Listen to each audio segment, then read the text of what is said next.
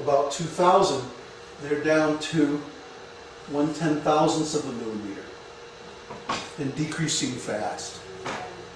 Pretty soon we're going to have nanomachines. We already have micro machines, like that device that you're working on. Well, there's one in here. There's a micro mirror device and this DLP projector. Oh, cool. There are 1 million mirrors that are wiggling right now. 1 million mirrors wiggling to show us this picture. That's really cool. So that's a micro machine. And pretty soon we'll have nano machines that have features that are 1,000 or 10,000 times smaller than that. So the rate of change in the size of the machines that we're able to create is also increasing. Because you see, this is also a logarithmic scale. It goes from 0.1, 0.01, 0.001, and so on. Powers of 10. And yet the curve is curved. That means it's another double exponential curve.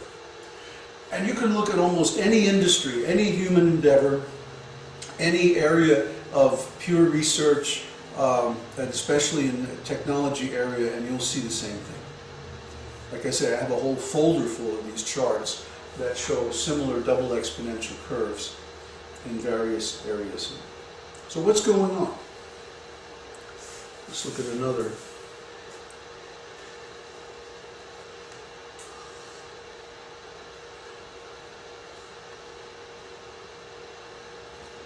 What is the anatomy of this level of change?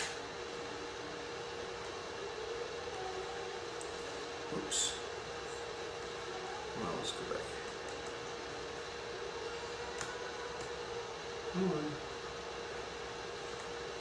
Yeah.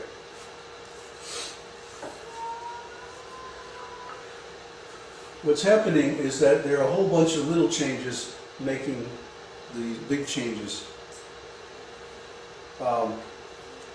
This curve shows the adoption of a particular technology. A means we got a new capability that we didn't have before. And then that's rolled out into applications. And at B, we are able to integrate that new application or that new capability with existing applications. At that point, the rate of change begins to take off.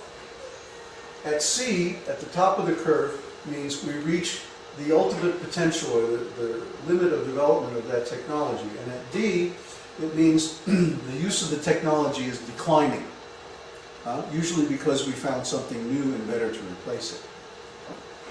So what happens when you are looking at a particular technology? Let's take data storage, for example.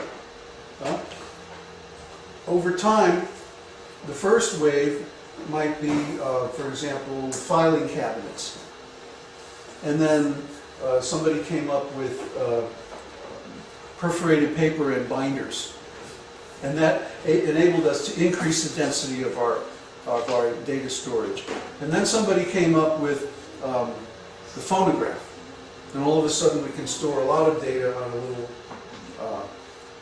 phonograph record. And then somebody else comes up with the optical discs. And then somebody else comes up with a hard drive. Remember the first hard drives? They were the size of a refrigerator and they held a whopping 10 megabytes. Now 10 megabytes will fit on a microscopic chip. You can't even hardly see it. It's just about the size of a grain of dust. So each successive technology drives the curve faster and faster because of the integration factor. It integrates with the previous technologies and increases their efficiency. So like every new generation of technological change drives the rate of change itself faster and faster.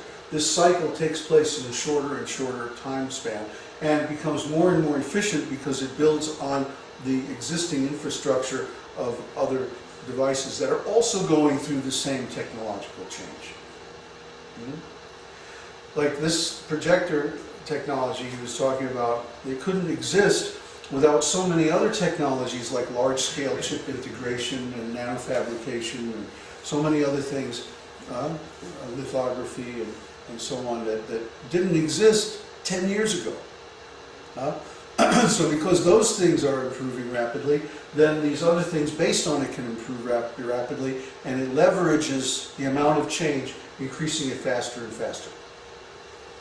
So now this is happening all over the world in so many different areas that the rate of change in general in society is speeding up.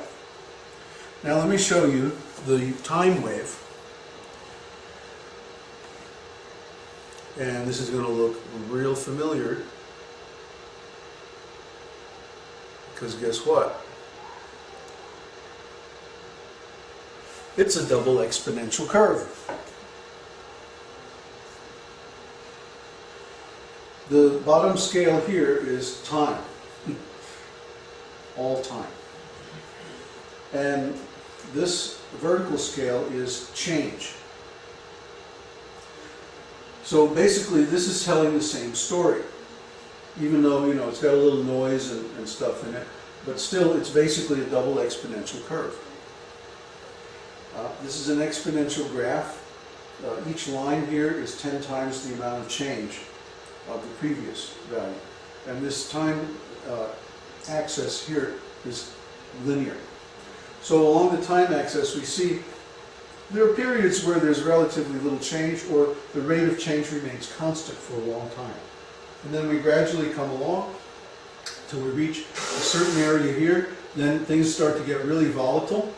The rate of change itself is changing quite rapidly, and then finally the rate of change just takes off and goes right through the roof. So where are we on this graph? Right here.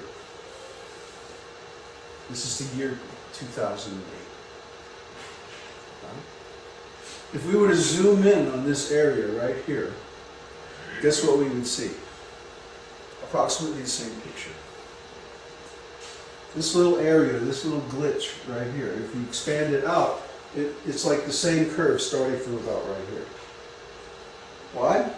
Because time is fractal.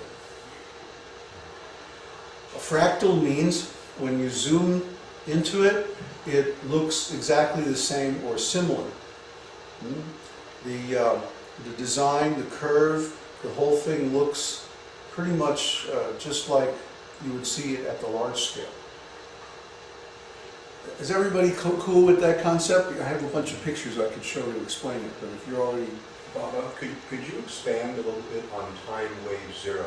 Maybe some people don't know what that is. So like, how did we get this? Yes, what is the data that you use to extrapolate that information? Okay, this was developed by Terence McKenna, a research partner of mine. We did a lot of research into the Vedic Soma. And basically what he did was he took the, well, it was based on the Mayan calendar, and it's also based on the I Ching. He took the I Ching and analyzed it as a calendar. What would happen? You know, the I Ching is about change, right? And it's a series of 64 hexagrams. And each of these hexagrams has a certain significance, a certain meaning. And then it changes into the next one.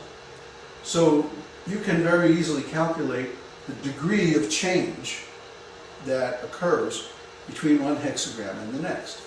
So he did that using a particular classical sequence of hexagrams called the King-Wen system. So the King-Wen system, or the King-Wen series of hexagrams, involves all these changes, and he statistically analyzed the degree of change, or the amount of change, between one hexagram and the next. And this is the curve he came up with. It's called the time wave. And like I said, it's fractal. You can zoom in on any particular detail part of this curve, and it'll have approximately the same shape as the entire curve. Yes, Ben? Was this his theory on novelty? Yes, the theory of novelty. Okay, and does this have anything to do with the Fibonacci spiral? Well, He mentioned that there's some mathematical relationship between them. but not quite the same. Not exactly the same, Okay. no. But really what you have here is another one of those double exponential curves. Is there a book about this, or that one could refer to, or is it There's quite a few websites, and there's a couple of sites where you can download the software that generates this. that allows you to zoom in on it and examine specific areas, specific dates. And it's so amazing, the correlation between the places on this curve and specific dates such as like the French Revolution, the World Wars, and, you know, different historical occurrences. So what should we Google for? Time wave zero? Terence Or- McKenna. Time Wave Zero, Terence McKenna. Okay. Yeah, yeah. Bob, I'm sorry, one question. I can't see. Oh, one question. Can you apply this software to your personal astrology? Can you plug in data sets personally to analyze peaks and? I suppose you could, yeah, you would take a lot of work, a lot of customizing. Oh, I was wondering. if it had It's much easier to use the planetary periods, which in Vedic astrology serve the same purpose. that. We can go over that tomorrow. Okay, Keep great. that in mind, okay? Oh, absolutely. Okay, and This is then, great. yeah, we'll look into it tomorrow when we do Vedic astrology.